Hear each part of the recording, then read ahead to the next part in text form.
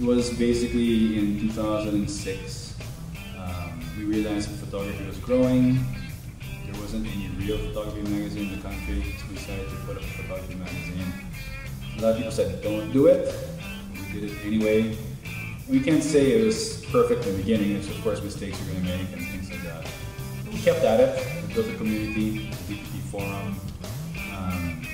People liked us. The magazine was very nice. We won awards for it, print awards.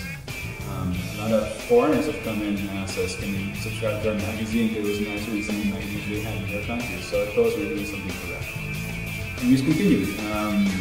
Had our anniversary parties, and people know that's grown to be a pretty big affair.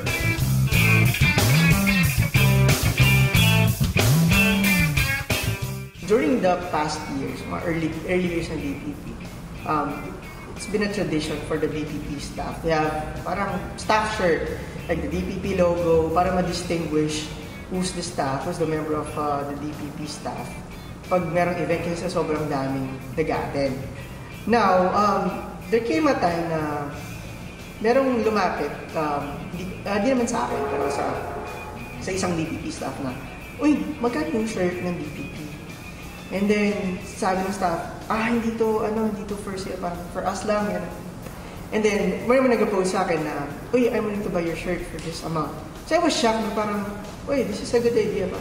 Why not start parang shirt, DPP shirt?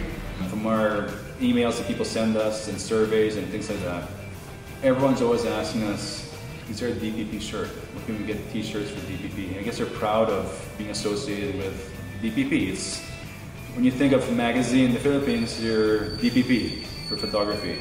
And that's where Team Manila came in. So I talked to Team Manila, explained na ganito yung gusto namin makipag-collaborate because Team Manila has hip designs, they have really cool stores, and DPP is really cool. So ganun siya. Gladly, Mon Consul of Team Manila agreed. And yun ang magiging partnership. The official DPP merchandise, DPP Team Manila collaboration. Team Manila started as a graphic design studio way back 2001. Then we created a lifestyle brand 2005 at the middle of the business. Then kaya rin nabuo yung lifestyle brands because when we're starting, we chose the name Team Manila because we want to have a representation of graphic design in the Philippines. Na if ever lalabas kami sa kung saan man, sa internet or sa books, malalaman nila na there's graphic design scene in the Philippines or in Manila. And then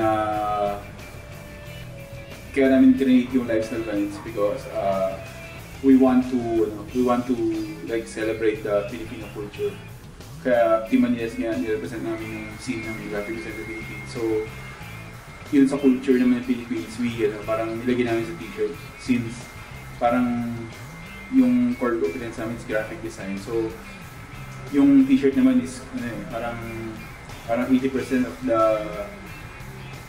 yung work na t-shirt is about the design. So yun, nilagay namin yung parang we want to celebrate the culture and the everyday life at what nangyayari sa Manila. That's why the topic in our brand is about Philippines, about the culture, about the street foods and everything about the Philippines and Manila. So, with this collaboration with Team Manila, we have the best graphic design team in the country, making us a customized photography shirt with DPP branding on it. Now, I think it's going to be awesome. Well, the collaboration with DPP is about doing our own Team Manila renditions of photography shirts, the languages and expressing parang this is another way of expressing your love for photography by wearing a shirt or merchandise, a lanyard or tote bag, carrying it around while shooting or going around and with your camera or without your camera. Parang it's a t-shirt, it's a Team Manila way of it's a Team Manila rendition of a photography shirt. Okay, for DPP members, abangan nyo ang official DPP merchandise. It's a good collaboration with Team Manila, who's one of the best graphic designers dito sa Pilipinas. So you can expect cool designs, both text and graphics. We will be launching it on September 22 on Pampanga. So watch out, and it's a really nice collaboration. To all the DPP members, the shirts will be available sa mga stores namin.